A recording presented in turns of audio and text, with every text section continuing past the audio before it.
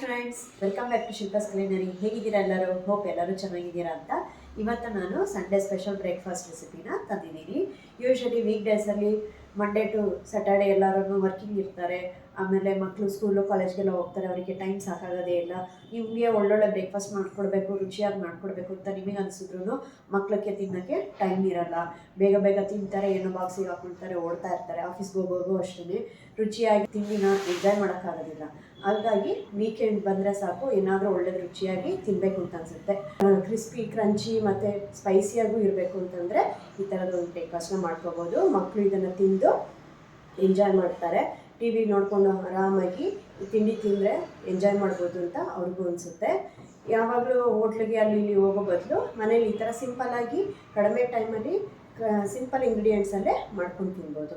ಇವತ್ತು ನಾವು ಬಾಣಲೆ ರೊಟ್ಟಿಯನ್ನು ಮಾಡ್ತಾಯಿದ್ದೀವಿ. ಈ ಬಾಣಲೆ ರೊಟ್ಟಿ ತುಂಬ ಕ್ರಿಸ್ಪಿಯಾಗಿ, ಕ್ರಂಚಿಯಾಗಿ, ಸ್ಪೈಸಿಯಾಗಿ ಇರುತ್ತೆ, ತುಂಬ ಚೆನ್ನಾಗಿರುತ್ತೆ. ಬನ್ನಿ ಇವತ್ತು ಬಾಣಲೆ ರೊಟ್ಟಿ ಮಾಡೋದು ಹೇಗೆ ಅಂತ ತಿಳ್ಕೊಳ್ಳೋಣ. ನಾವಿಲ್ಲಿ ಅಕ್ಕಿ ಹಿಟ್ಟನ್ನು ಉಪಯೋಗಿಸ್ಕೊಂಡು ಬಾಣಲೆ ರೊಟ್ಟಿನ ಮಾಡ್ತಾಯಿದ್ದೀವಿ. ಬನ್ನಿ ನೋಡೋಣ ಏನೇನು ಬೇಕಾಗುತ್ತೆ ಅಂತ.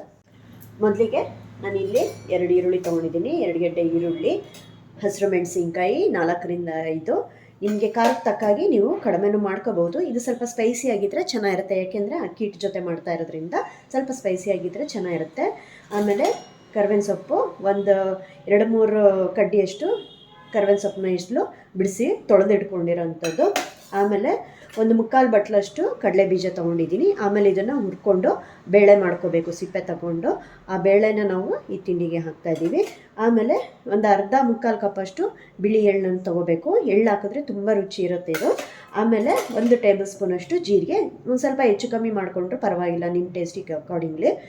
ಈ 1 ಟೇಬಲ್ ಸ್ಪೂನಷ್ಟು ಜೀರಿಗೆ ತೊಗೊಂಡಿದ್ದೀನಿ. ರುಚಿಗೆ ತಕ್ಕಷ್ಟು ಉಪ್ಪು. ನಾನು 2 ಬಟ್ಲು ಅಕ್ಕಿ ಹಿಟ್ಟಿಗೆ ನಾನು 1 ಟೇಬಲ್ ಸ್ಪೂನಷ್ಟು ಪುಡಿ ಉಪ್ಪನ್ನು ತೊಗೊಂಡಿದ್ದೀನಿ. ಆಮೇಲೆ 1 ಸ್ಪೂನಷ್ಟು ಅರಿಶಿನ ತೊಗೊಂಡಿದ್ದೀನಿ. ಮತ್ತು 1 ಟೇಬಲ್ ಸ್ಪೂನಷ್ಟು ಅಚ್ಚ ಖಾರದ ಪುಡಿ. ಇದು ಸ್ವಲ್ಪ ಖಾರನೇ ಇದೆ, ಅಚ್ಚ ಖಾರದ ಪುಡಿ ಹಾಕ್ಕೊಳ್ತಾ ಇದ್ದೀನಿ. ನನಗೆ ಖಾರ ಮಾಡೋದ್ರಿಂದ ಸ್ಪೈಸಿಯಾಗಿರಬೇಕು ಅನ್ನೋದಕ್ಕೋಸ್ಕರ ನಾನು ಖಾರದ ಪುಡಿ ಹಾಕ್ಕೊಳ್ತಾ ಇದ್ದೀನಿ. ಬೇಡ ಅಂದರೆ ನೀವು ಬರೀ ಹಸಿರು ಮೆಣಸಿನ್ಕಾಯಿನ ಹಾಕ್ಕೋಬೋದು. ಇದು ಹಾಕೋದ್ರಿಂದ ಕಲರು ಚೆನ್ನಾಗಿ ಬರುತ್ತೆ, ಗೋಲ್ಡನ್ ಕಲರ್ ಬರುತ್ತೆ. ಈ ರೊಟ್ಟಿ ತುಂಬ ಚೆನ್ನಾಗೂ ಇರುತ್ತೆ. ಆಮೇಲೆ ಒಂದು ಅರ್ಧ ಗಂಟೆ ಮುಂಚೆ ನೆನೆಸಿಟ್ಟಿರೋಂಥ ಕಡಲೆಬೇಳೆ, ನಾನು 1 ಬೌಲಷ್ಟು ಕಡಲೆಬೇಳೆನ, ಅಂದರೆ ಎಷ್ಟು ಬೇಕೋ ಒಂದು ಇಡಿಯಷ್ಟು ಕಡಲೆಬೇಳೆನ ತೊಳೆದು ನೆನೆಸಿಟ್ಕೊಂಡಿದ್ದೀನಿ ಒಂದು ಅರ್ಧ-3/4 ಗಂಟೆ ಮುಂಚೆ. ಅಕಸ್ಮಾತ್ ನೆನೆಸೋಕ್ಕಾಗಲಿಲ್ಲ ಅಂತಂದರೆ ಹಾಗೇನೂ ಡ್ರೈ ಕಡಲೆಬೇಳೆನೂ ಹಾಕ್ಕೋಬೋದು. ಬಾಯಿಗೆ ಸಿಕ್ಕಿದಾಗ ಒಳ್ಳೆ ಕ್ರಿಸ್ಪಿಯಾಗಿ ಕಟಮ್ ಅಂತ ಅನ್ನುತ್ತೆ, ತುಂಬ ಚೆನ್ನಾಗಿದೆ. ಇದನ್ನು ಮಾತ್ರ ಸ್ಕಿಪ್ ಮಾಡೋಕ್ಕೆ ಹೋಗಬೇಡಿ. ಕಡಲೆಬೇಳೆ ಮತ್ತು ಕಡಲೆ ಬೀಜ ಎರಡೂ ಹಾಕ್ಕೋಬೇಕು ಇದಕ್ಕೆ. ಇದನ್ನು ನೆನೆಸಿರೋ ಅಷ್ಟನ್ನು ನಾನು 1 ಬಟ್ಲಷ್ಟು ಉಪಯೋಗಿಸ್ಕೊಳ್ತೀನಿ. ಈ ಥರ ನೆನೆಸಿರೋ ಕಡಲೆಬೇಳೆನ. ಅಕಸ್ಮಾತ್ ನೆನೆಸೋಕ್ಕಾಗಲಿಲ್ಲ, ಮರ್ತೋಯ್ತು, ಟೈಮ್ ಇಲ್ಲ ಅಂತಂದರೂ ಏನು ಬೇಜಾರಿಲ್ಲ, ಹಾಗೆಯೇ ಕಡಲೆಬೇಳೆ ಹಾಕ್ಕೋಬೋದು. ಹಸಿ ಕಡಲೆಬೇಳೆ ಇರುತ್ತಲ್ಲ, ಒಗ್ಗರಣೆಗೆ ಏನು ಉಪಯೋಗಿಸ್ತಿರಲ್ಲ ಕಡಲೆಬೇಳೆ, ಅದನ್ನೇ ಹಾಕ್ಕೋಬೋದು, ಕ್ರಂಚಿಯಾಗಿ ಇರುತ್ತೆ. ಆಮೇಲೆ 2 ಬೌಲಷ್ಟು ಅಕ್ಕಿ ಹಿಟ್ಟನ್ನು ಹಾಕ್ಕೊಂಡಿದ್ದೀನಿ. 2 ಬೌಲಷ್ಟು ಅಕ್ಕಿ ಹಿಟ್ಟನ್ನು ಹಾಕ್ಕೊಂಡಿದ್ದೀನಿ. ಇದು ಮನೇಲಿರೋಂಥ ಅಕ್ಕಿ ಹಿಟ್ಟನ್ನೇ. ಇದಕ್ಕೆ ನಾವು ಇದನ್ನೆಲ್ಲ ಉಪಯೋಗಿಸ್ಕೊಂಡು ನಾವು ಮಾಡೋದು. ಆಮೇಲೆ ಅದನ್ನು ತಟ್ಟುವಾಗ ಮತ್ತು ಬೇಯಿಸೋದಕ್ಕೆ ಎಣ್ಣೆ ಬೇಕಾಗುತ್ತೆ, ನಾನು ತೋರಿಸ್ತೀನಿ. ಆಮೇಲೆ ಕಲಿಸ್ಕೊಳ್ಳೋದಕ್ಕೆ ನೀರು. 2 ಕಪ್ ಅಕ್ಕಿ ಹಿಟ್ಟಿಗೆ ಒಂದು 5-6 ಲೋಟದಷ್ಟು ನೀರು ಬೇಕಾಗುತ್ತೆ. ಕಲಿಸ್ಕೊಳ್ತಾ ನಿಮಗೆ ಹೇಳ್ತೀನಿ. ಬೇಕಾದರೆ ಕಡಲೆಬೇಳೆ ನೆನೆಸಿದ ನೀರು ಕೂಡ ನೀವು ಉಪಯೋಗಿಸ್ಕೊಂಡು ಕಲಿಸ್ಕೋಬೋದು. ಫಸ್ಟು ನಾವೀಗ ಏನು ಮಾಡಬೇಕು, ಈರುಳ್ಳಿನ ಹೆಚ್ಚಿಟ್ಕೋಬೇಕು, ಹಸಿರು ಮೆಣಸಿನ್ಕಾಯಿನೂ ಸಣ್ಣದಾಗಿ ಹೆಚ್ಚಿಟ್ಕೋಬೇಕು, ಕರ್ಬೇವಿನ ಸೊಪ್ಪನ್ನು ಕೂಡ ಹೆಚ್ಚಿಟ್ಕೋಬೇಕು. ಆಮೇಲೆ ಕಡಲೆ ಬೀಜನ ಹುರಿದು ಸಿಪ್ಪೆ ತೆಗೆದು ಬೇಳೆ ಮಾಡ್ಕೋಬೇಕಷ್ಟೇ, ತುಂಬ ಪೌಡ್ರ್ ಮಾಡೋ ಹಾಗಿಲ್ಲ. ಬೇಳೆ ಅಂದರೆ ಸುಮ್ಮನೆ ಬಾಯಿಗೆ ಸಿಗಬೇಕಲ್ವ, ಬೇಳೆ ಥರ ಅದನ್ನು ಬೇಳೆ ಮಾಡ್ಕೋಬೇಕು. ಆಮೇಲೆ ಎಳ್ಳು ಹಾಗೆ ಉಪಯೋಗಿಸ್ಕೊಳ್ಳೋದು. ಆಮೇಲೆ ಮಿಕ್ಕಿದ ಇಂಗ್ರೀಡಿಯೆಂಟ್ಸ್ನೆಲ್ಲ ಯೂಸ್ ಮಾಡ್ಕೊಳ್ಳೋದು. ಬನ್ನಿ ಹೇಗೆ ಮಾಡೋದು ಅಂತ ನೋಡ್ಕೊಳ್ಳೋಣ. ನಾನು 2 ಗೆಡ್ಡೆ ಈರುಳ್ಳಿ ಸಿಪ್ಪೆ ಎಲ್ಲ ತೆಗೆದು ಕ್ಲೀನಾಗಿ ತೊಳೆದಿಟ್ಕೊಂಡಿದ್ದೀನಿ. ಸ್ವಲ್ಪ ಮಸಿ ಎಲ್ಲ ಇರುತ್ತಲ್ವ, ಅದನ್ನು ಕ್ಲೀನಾಗಿ ತೊಳೆದಿಟ್ಕೊಂಡು, ಈರುಳ್ಳಿ ತೊಳೆಯೋದ್ರಿಂದ ಕಣ್ಣಲ್ಲೂ ನೀರು ಬರಲ್ಲ. ಇದೊಂದು ಟಿಪ್ ಅಂತಲೇ ತೊಗೊಳ್ಳಿ. ಸ್ವಲ್ಪ ಈರುಳ್ಳಿನ ಕ್ಲೀನಾಗಿ ತೊಳೆದಿಟ್ಕೊಂಡ್ರೆ ಕಣ್ಣಲ್ಲಿ ಅಷ್ಟು ನೀರು ಬರಲ್ಲ ಹೆಚ್ಚುವಾಗ. ಈಗ ಇದಕ್ಕೆ ಈರುಳ್ಳಿನ ಸಣ್ಣದಾಗಿ ಹೆಚ್ಚಿಟ್ಕೊಳ್ಳೋದನ್ನು ತೋರಿಸ್ತಾ ಇದ್ದೀನಿ. ಈ ಥರ ಉದ್ದುದ್ದಕ್ಕೆ ಜೂಲಿಯನ್ಸ್ ಅಂತ ಹೇಳ್ತೀವಲ್ಲ, ಆ ಥರ ಹಿಂಗೆ ಉದ್ದಕ್ಕೆ ಈರುಳ್ಳಿ ಹೆಚ್ಚಬೇಕು. ಈರುಳ್ಳಿ ಇದಕ್ಕೆ ಜಾಸ್ತಿ ಇದ್ದಷ್ಟು ರುಚಿ. ಈ ಮಸಾಲೆ ರೊಟ್ಟಿ, ಬಾಣಲೆ ರೊಟ್ಟಿ ಮತ್ತು ಇದನ್ನು ತೆಲಂಗಾಣ ಕಡೆ ಎಲ್ಲ ಸರ್ವಪಿಂಡಿ ಅಂತ ಕರೀತಾರೆ. ಒಂದೊಂದು ಸ್ಟೇಟಲ್ಲಿ ಅಥವಾ ಒಂದೊಂದು ಜಾಗದಲ್ಲಿ ಸ್ವಲ್ಪ ಹೆಚ್ಚು ಕಮ್ಮಿ ವೇರಿಯೇಷನ್ಸ್ ಇರೋ ತಿಂಡಿಗೆ ಬೇರೆ ಬೇರೆ ಹೆಸರನ್ನ ಹೇಳ್ತಾರೆ. ಈ ಥರ ಸಣ್ಣದಾಗಿ ಹೆಚ್ಚಿಟ್ಕೋಬೇಕು. ಈರುಳ್ಳಿ ಜಾಸ್ತಿ ಇದ್ದರೆ ತುಂಬ ಚೆನ್ನಾಗಿ ಬರುತ್ತೆ, ಕ್ರಂಚಿನೂ ಬರುತ್ತೆ, ಬಾಯಿಗೆ ಸಿಗಬೇಕದು, ಟೇಸ್ಟ್ ತುಂಬ ಚೆನ್ನಾಗಿರುತ್ತೆ. ನಾವು ಇದನ್ನು ಜಾಸ್ತಿ ಎಣ್ಣೆ ಹಾಕ್ಬಿಟ್ಟು ಆಲ್ಮೋಸ್ಟ್ ಕ್ರಂಚಿಯಾಗಿ ಬೇಯಿಸ್ಕೊಳ್ಳೋದ್ರಿಂದ ಈ ಈರುಳ್ಳಿ ಜಾಸ್ತಿ ಹಾಕಬೇಕು, ಆವಾಗ ಬಾಯಿಗೆ ಸಿಗುತ್ತೆ. ಈ ಥರ ಕ್ರಾಸಾಗಿ ಫಸ್ಟು ವರ್ಟಿಕಲಾಗಿ ಕಟ್ ಮಾಡಿ, ಆಮೇಲೆ ಹಾರಿಜಾಂಟಲಾಗಿ ಕಟ್ ಮಾಡಿ ಸಣ್ಣದಾಗಿ ಹೆಚ್ಚಿಟ್ಕೋಬೇಕು. ಹಾಗೆ ಮೆಣಸಿನ್ಕಾಯನ್ನು ಹೆಚ್ಕೊಳ್ಳೋಣ. ಈ ಥರ ಮಧ್ಯದಲ್ಲಿ ಸ್ಲಿಟ್ ಮಾಡಿಬಿಟ್ಟು ಆಮೇಲೆ ಈ ಥರ ಸಣ್ಣದಾಗಿ ಹೆಚ್ಕೋಬೇಕು.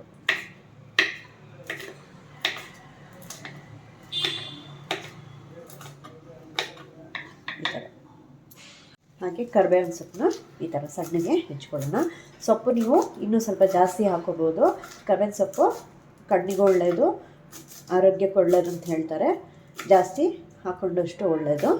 ನೋಡಿ, ಈ ಥರ ಕರಿಬೇವಿನ ಸೊಪ್ಪನ್ನ ತೊಳೆದು ಈ ಥರ ಹೆಚ್ಚಿಬಿಟ್ಟು ಹಾಕಬೇಕು.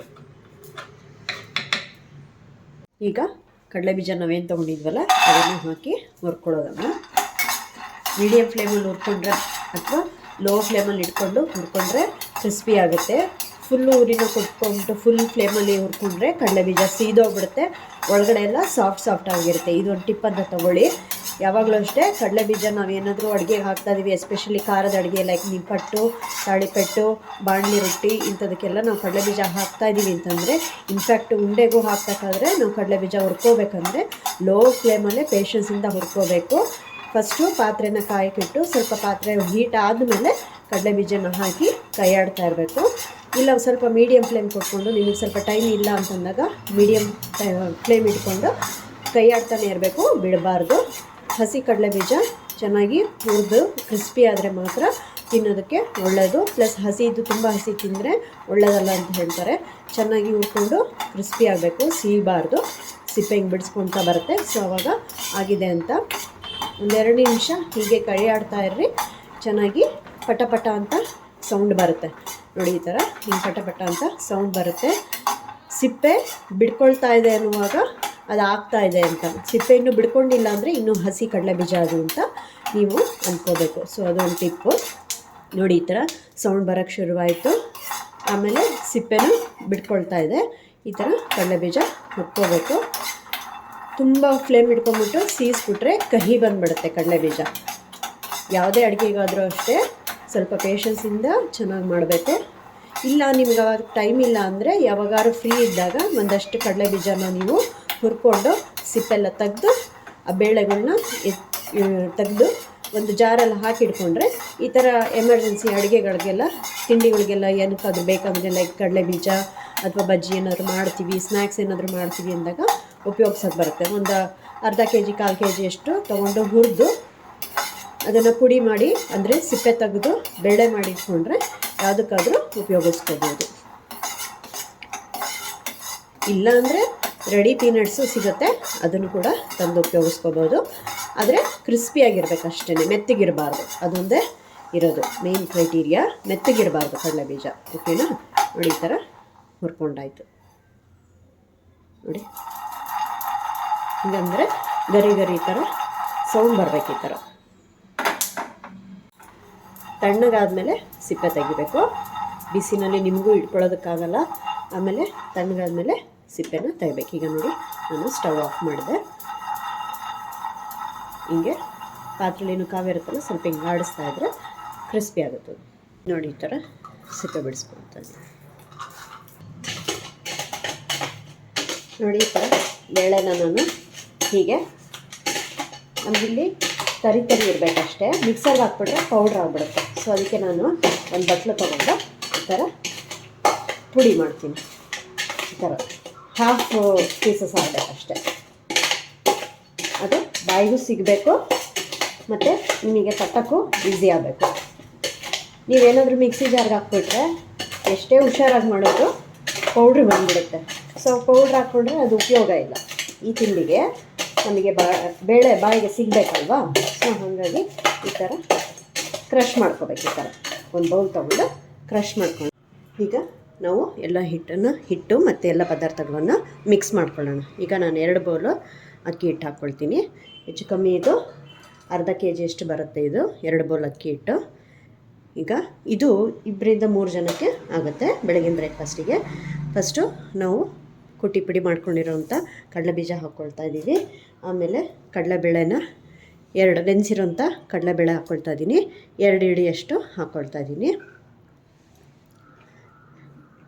ಆಮೇಲೆ ಹೆಚ್ಚಿದ ಈರುಳ್ಳಿ ಜಾಸ್ತಿ ಇದ್ದಷ್ಟು ರುಚಿ ಬರುತ್ತೆ. 2 ಗೆಡ್ಡೆ ಈರುಳ್ಳಿನ ನಾನು ಸಣ್ಣದಾಗಿ ಹೆಚ್ಕೊಂಡಿದ್ದೆಲ್ಲ ಅದನ್ನು ಹಾಕ್ತಾಯಿದ್ದೀನಿ.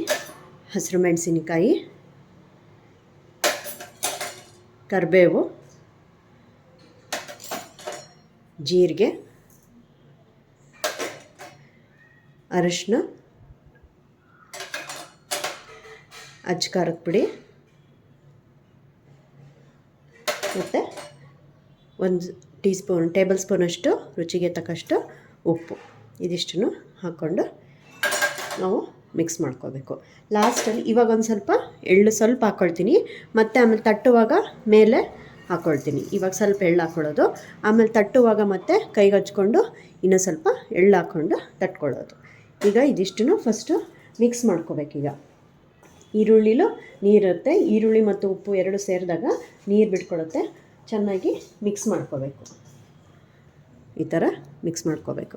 ನೋಡಿ, ಎಲ್ಲ ಚೆನ್ನಾಗಿ ಮಿಕ್ಸ್ ಮಾಡ್ಕೋಬೇಕು. ಖಾರದ ಪುಡಿ, ಹಸಿರು ಮೆಣಸಿನ್ಕಾಯಿ, ಈರುಳ್ಳಿ, ಕರಿಬೇವು, ಜೀರಿಗೆ, ಉಪ್ಪು, ಕಡಲೆಬೇಳೆ, ಕಡಲೆಬೀಜ ಎಲ್ಲ ಮಿಕ್ಸ್ ಆಗೋ ಥರ ಮಾಡ್ಕೋಬೇಕು. ಆಮೇಲೆ ಇದಕ್ಕೆ ಎಷ್ಟು ನೀರು ಬೇಕೋ ಅಷ್ಟು ಹಾಕ್ಕೊಂಡು ಕಲಿಸ್ಕೊಂಡು ತಟ್ಟುವಾಗ ಮತ್ತೆ ಎಳ್ಳು ಮೇಲ್ಗಡೆ ಹಾಕ್ಕೊಂಡು ಎಣ್ಣೆ ಬಿಟ್ಟು ಬೇಯಿಸ್ಕೊಳ್ಳೋದು. ಈಗ ನೋಡಿ ಎಲ್ಲ ಚೆನ್ನಾಗಿ ಮಿಕ್ಸ್ ಮಾಡ್ಕೊಂಡಾಗಿದೆ. ಈಗ ನಾನು ಅದಕ್ಕೆ ನೀರು ಹಾಕ್ಕೋಬೇಕು. ಫಸ್ಟು ನಾನು ಈ ಬೇಳೆ ನೆನೆಸಿದ್ದು ನೀರು ಇತ್ತಲ್ಲ ಅದನ್ನೇ ಹಾಕ್ಕೊಳ್ತಾ ಇದ್ದೀನಿ. ಬೇಳೆ ನೆನೆಸ್ಲಿಲ್ಲದೆ ಇರೋರು ಹಾಗೆ ನಾರ್ಮಲ್ ವಾಟರ್ ಕೂಡ ಹಾಕ್ಕೋಬೋದು. ನೀರನ್ನ ನೋಡಿಕೊಂಡು ಕಲಿಸ್ಕೋಬೇಕು. ಈಗ ಇದಿಷ್ಟು ಹಿಟ್ಟು ಇವಾಗಲೇ ಮುಗಿಸ್ಬಿಡ್ತೀರಾ ಅನ್ನೋದಾದರೆ ಇಷ್ಟಕ್ಕೂ ನೀರು ಹಾಕಿ ಕಲಿಸ್ಕೊಂಬಿಡಿ. ಇಲ್ಲ ನಾವು ಎಷ್ಟು ಬೇಕೋ ಅಷ್ಟನ್ನು ತಟ್ಕೊಂಡು ಇನ್ನು ಮಿಕ್ಕಿದ ಆಮೇಲೆ ಮಾಡ್ಕೊಳ್ತೀವಿ ಅನ್ನೋರಾದರೆ ಎಷ್ಟು ಬೇಕೋ ಅಷ್ಟಕ್ಕೆ ಮಾತ್ರ ನೀರು ಹಾಕ್ಕೊಂಡು ಕಲಿಸ್ಕೋಬೇಕು. ಈಗ ನೋಡಿ, ನನಗೆ ಇದಿಷ್ಟು ಇವಾಗ ಬೆಳಗಿನ ತಿಂಡಿಗೆ ಬೇಕಾಗಿತ್ತೆ, ಅದಕ್ಕೆ ಇಷ್ಟನ್ನು ಹಾಕ್ಕೊಳ್ತೀನಿ. ಈಗ ಇದಕ್ಕೆ ಇನ್ನೂ ನೀರು ಬೇಕು. ಸೊ ಕಲಿಸುವಾಗ ನಿಮಗೆ ಗೊತ್ತಾಗುತ್ತೆ. ಚಪಾತಿ ಹಿಟ್ಟು ಮತ್ತು ಅಕ್ಕಿ ರೊಟ್ಟಿ ಎಲ್ಲ ಮಾಡುವಾಗ ಕಲಿಸ್ಕೊಳ್ತೀರಲ್ಲ ಆ ಥರ.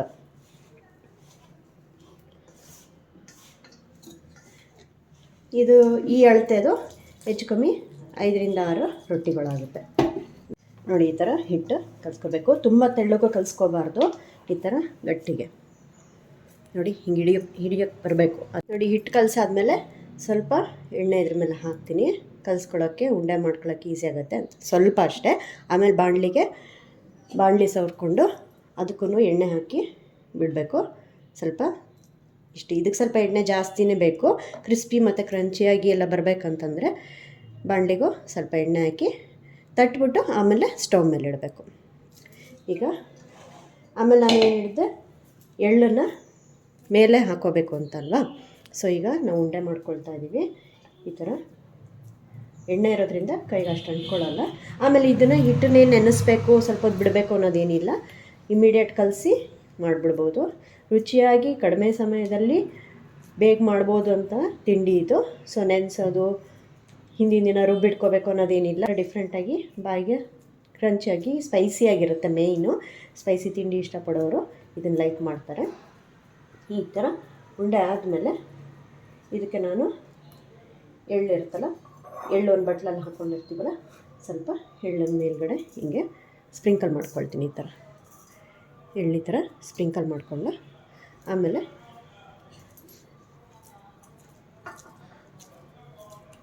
ಬಾಣಲಿಲಿ ತಟ್ಕೋಬೇಕು. ಇದನ್ನು ಮೀಡಿಯಮ್ ಟು ಹೈ ಫ್ಲೇಮಲ್ಲಿ ಲಿಡ್ ಮುಚ್ಚಿ ಬೇಯಿಸ್ಕೋಬೇಕು. ಫಸ್ಟ್ ಈಗ ನೋಡಿ, ಹಿಟ್ಟನ್ನು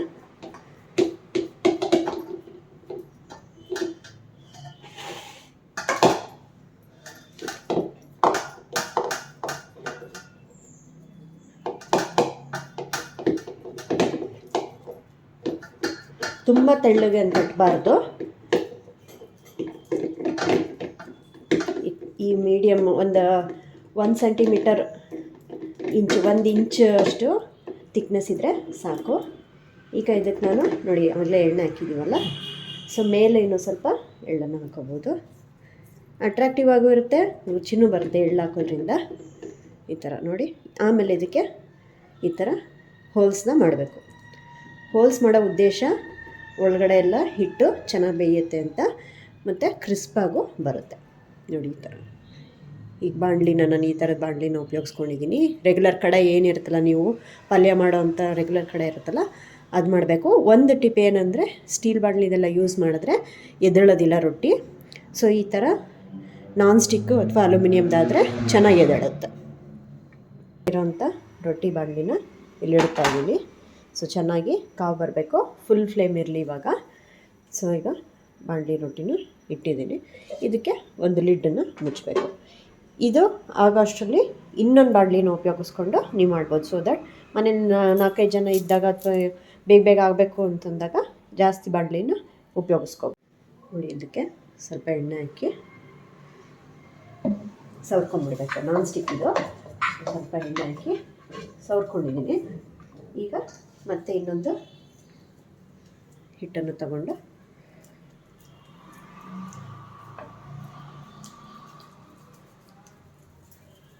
ಉಂಡೆ ಮಾಡಿಕೊಂಡು ಈ ಥರ ತಡ್ಕೋಬೇಕು. ಈಗ ಎಳ್ಳನ್ನು ಹಾಕ್ಕೊಳ್ಳೋಣ. ನೋಡಿ, ಈ ಥರ ಎಳ್ಳು ತುಂಬ ರುಚಿನೂ ಇರುತ್ತೆ, ಆರೋಗ್ಯಕ್ಕೆ ಒಳ್ಳೆಯದು. ಮೇಯ್ನು ಟೇಸ್ಟ್ ತುಂಬ ಚೆನ್ನಾಗಿರುತ್ತದೆ. ಎಳ್ಳು, ಶೇಂಗಾ ಬೀಜ ಎಲ್ಲ ಹಾಕಿರೋದ್ರಿಂದ, ಈರುಳ್ಳಿ ಎಲ್ಲ ಹಾಕಿರೋದ್ರಿಂದ ರುಚಿ ತುಂಬ ಚೆನ್ನಾಗಿರುತ್ತೆ. ಈ ಥರ ತಡ್ಕೋಬೇಕು. ಇದನ್ನು ನಾವು ತೆಲಂಗಾಣದಲ್ಲಿ ಸರ್ವಪಿಂಡಿ ಅಂತ ಕರೀತಾರೆ. ಅಲ್ಲಿ ತುಂಬ ಫೇಮಸ್ ಇದು ಬ್ರೇಕ್ಫಾಸ್ಟು. ತುಂಬ ಸರಿ ಮಾಡ್ತಾ ಇರ್ತಾರೆ ಇದನ್ನು ಬ್ರೇಕ್ಫಾಸ್ಟ್. ಈಗ ಹೋಲ್ ಮಾಡೋಣ.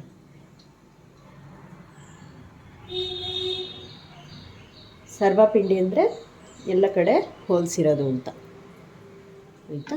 ಇದನ್ನು ಸ್ಟವ್ ಮೇಲೆ ಇಡೋಣ. ಇನ್ನೊಂದು ಪ್ಯಾನ್ ತಗೊಂಡು ಸ್ಟವ್ ಮೇಲೆ ಇಟ್ಟಿದ್ದೀನಿ. ಅದು ಬೇಕಾಗ್ತಾ ಇದೆ, ಅಷ್ಟರೊಳಗೆ ಇದು ಅದನ್ನು ಹಾಕಿ ಮುಚ್ಚಿಟ್ಬಿಡೋಣ. ನೋಡಿ, 2 ಬೆಳೀತಾ ಇದೆ. ಸೊ ಒಂದು ಫಸ್ಟ್ ನಾನು ಏನು ಇಟ್ಟಿದ್ನಲ್ಲ ಅದನ್ನು ಆಮೇಲೆ ಲೋ ಫ್ಲೇಮ್ ಮಾಡಿದ್ದೀನಿ. ಈಗ ನೋಡೋಣ ನಮ್ಮದು ಬಾಣಲೆ ರೊಟ್ಟಿ. ನೋಡಿ, ಈ ಥರ ಹಿಂಗೆ ಎದ್ದೇಳ್ತಾ ಇದೆ ಸೈಡಿಂದ. ಕಾಣಿಸಿದೆಯಾ? ಈ ಥರ ಸೈಡಿಂದ ಎದ್ದೇಳುತ್ತೆ. ಸೊ ಅಲ್ಲಿಗೆ ಇದಾಗಿದೆ ಅಂತ, ಬೇಕಾಗಿದೆ ಅಂತ. ನಾವು ಲಿಡ್ ಮುಚ್ಚಿದ್ರಿಂದ ಮೇಲ್ಗಡೆ ಪೋರ್ಷನ್ನು ಕೂಡ ಬೆಂದಿರುತ್ತೆ, ಕೆಳಗಡೆನೂ ಬೆಂದು ಕ್ರಿಸ್ಪಿಯಾಗಿರುತ್ತೆ, ಗೋಲ್ಡನ್ ಬ್ರೌನ್ ಬಂದಿರುತ್ತೆ. ನೋಡಿ, ಈ ಥರ ಈಸಿಯಾಗಿ ತೆಗಿಬೋದು. ನೋಡಿ,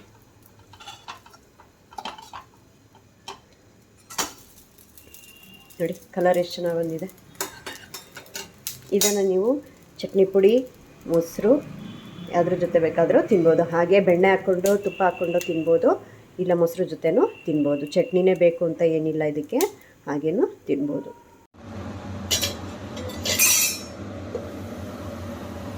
ನೋಡಿ, ಈಗ ಇದು ಆಗ್ತಾ ಬಂದಿದೆ. ನೋಡಿ ಎಷ್ಟು ಚೆನ್ನಾಗಿ ಕ್ರಿಸ್ಪಿಯಾಗಿರುತ್ತೆ. ಕಲರು ಅಷ್ಟು ಚೆನ್ನಾಗಿ ಬಂದಿದೆ. ನೋಡಿ, ಗೋಲ್ಡನ್ ಬ್ರೌನ್ ಬಂದಿದೆ ಅಲ್ವಾ?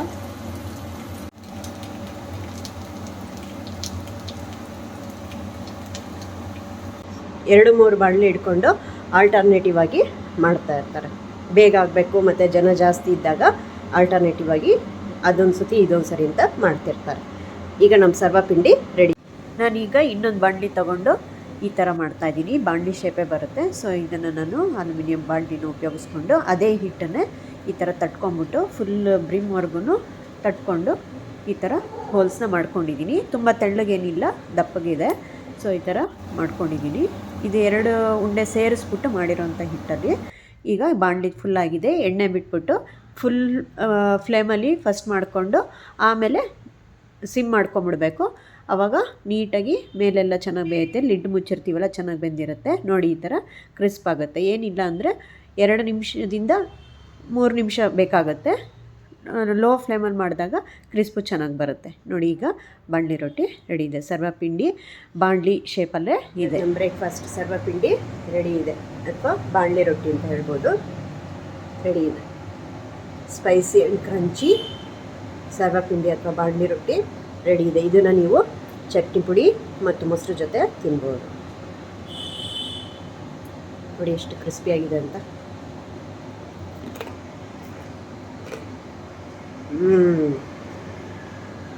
ಸಖತ್ ಕ್ರಂಚಿ ಇದೆ. ಈ ರೆಸಿಪಿ ನಿಮ್ಗೆ ಇಷ್ಟ ಆಗಿದ್ದರೆ ನೀವು ಒಂದ್ಸತಿ ಟ್ರೈ ಮಾಡಿ. ಈ ವಿಡಿಯೋ ಇಷ್ಟ ಆಗಿದ್ದರೆ ಲೈಕ್ ಮಾಡಿ, ಶೇರ್ ಮಾಡಿ, ಸಬ್ಸ್ಕ್ರೈಬ್ ಮಾಡಿ. ಯಾರೆಲ್ಲ ನನ್ನ ಚಾನಲ್ನ ಸಬ್ಸ್ಕ್ರೈಬ್ ಮಾಡಿಲ್ವೋ ದಯವಿಟ್ಟು ಸಬ್ಸ್ಕ್ರೈಬ್ ಮಾಡ್ಕೊಳ್ಳಿ. ಈ ವಿಡಿಯೋ ನೋಡಿದ್ದಕ್ಕೆ ತುಂಬ ಥ್ಯಾಂಕ್ಸ್ ಫಾರ್ ವಾಚಿಂಗ್.